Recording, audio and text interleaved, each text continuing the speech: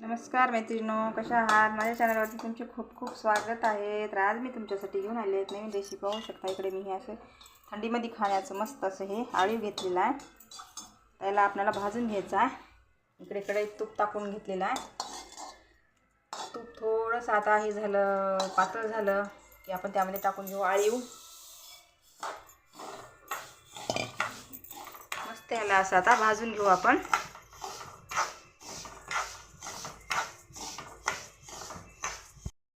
मस्त असं भाजून झालेलं आहे आपलं आळीव. कसं भाजलं कळायचं झालं तर असं थोडंसं चुटचुट करायला आलं की आपण याला गॅस बंद करून घेऊ. खूप छान भाजलेलं आहे, पाहू शकता.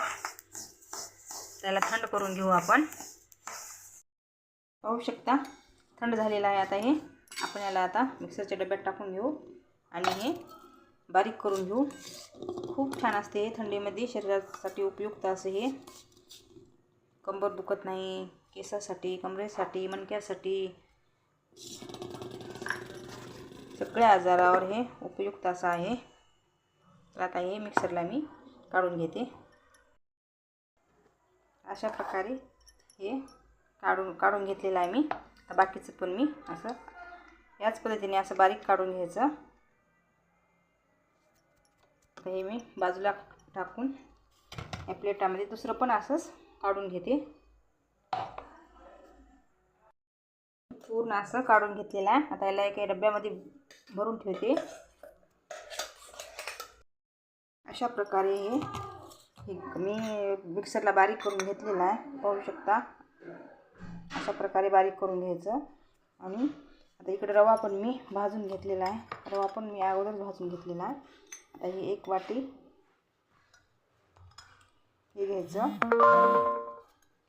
आळीव या प्लेटात टाकलेला आहे मी. आणि एक वाटी रवा घेणार आहे.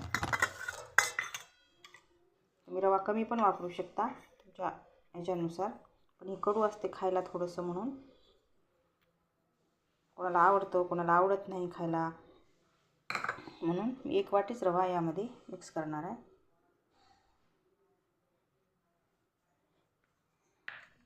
दोन्ही मिक्स करून घ्यायचं असं. आणि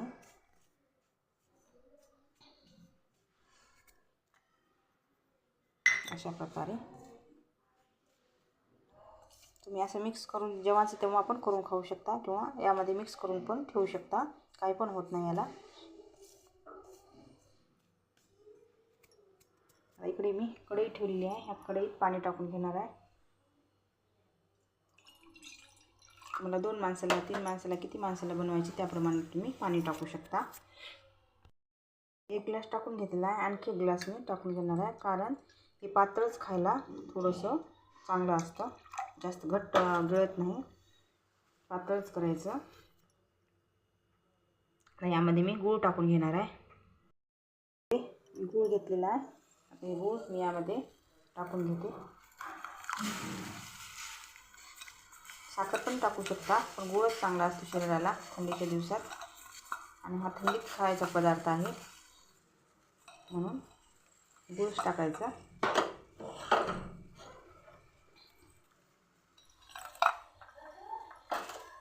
छान ह्याला आता मिक्स करून घेते मी.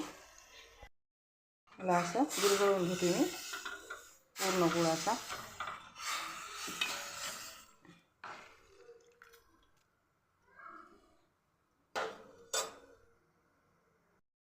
पाहू शकता मस्त अशी उकळी आलेली आहे.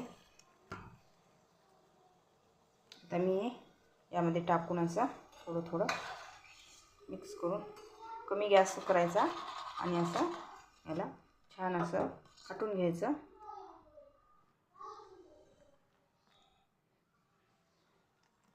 रवा पण आपल्याला तुपातच भाजायचा आहे.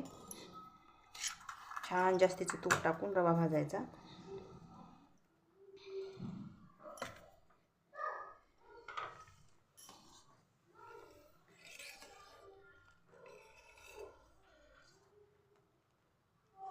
अशा प्रकारे आपल्याला शिजून आणखी घट होईल तर या पद्धतीत ठेवायचं आहे आपल्याला. याची कन्सिस्टन्सी अशी ठेवायची. शिजून आणखी घट होते. 2 ग्लास पाणी टाकले. या वाटीने मी 2 वाट्या हे टाकलेलं आहे, छोट्या वाटीनं. एक मी 5 मिनटं असं छान मंद आचेवर शिजून घेते. वर झाकण ठेवून 5 मिनटं झालेली आहेत. झाकण ठेवून मस्त असं याला शिजून घेतलेलं आहे. मस्त असं झालेलं आहे. आता खूप छान असते हे, तर नक्की ट्राय करून बघा. थंडीच्या दिवसात खाण्यासाठी खूप शरीराला हे चांगलं असते.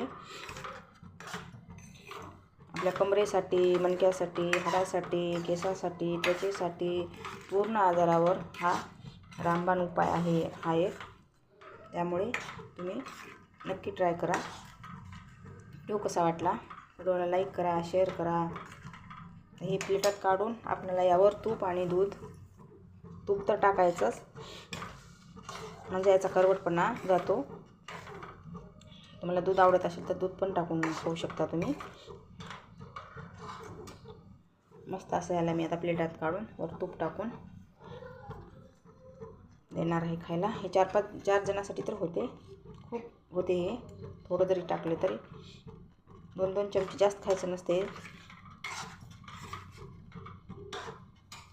2 ग्लासाचं 4 जणांसाठी तरी हे भरपूर होते. 2 ग्लास पाण्यामध्ये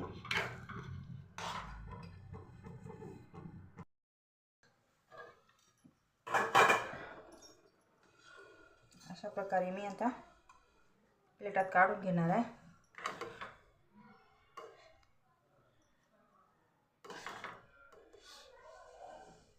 यावर तूप टाकायचं.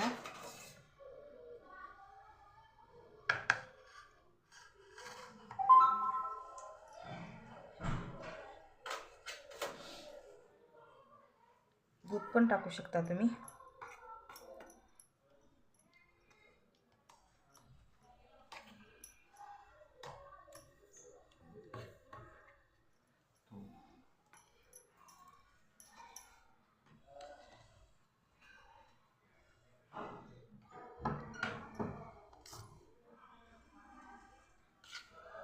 हे आपल्याला असं खायचं आहे. कसा वाटला व्हिडिओ नक्की ट्राय करून बघा. व्हिडिओ आवडला तर व्हिडिओला लाईक करा, शेअर करा, कमेंट करा आणि नवीन असेल चॅनलवर तर चॅनलला सबस्क्राईब करा. धन्यवाद व्हिडिओ शेवटपर्यंत पाहिल्याबद्दल.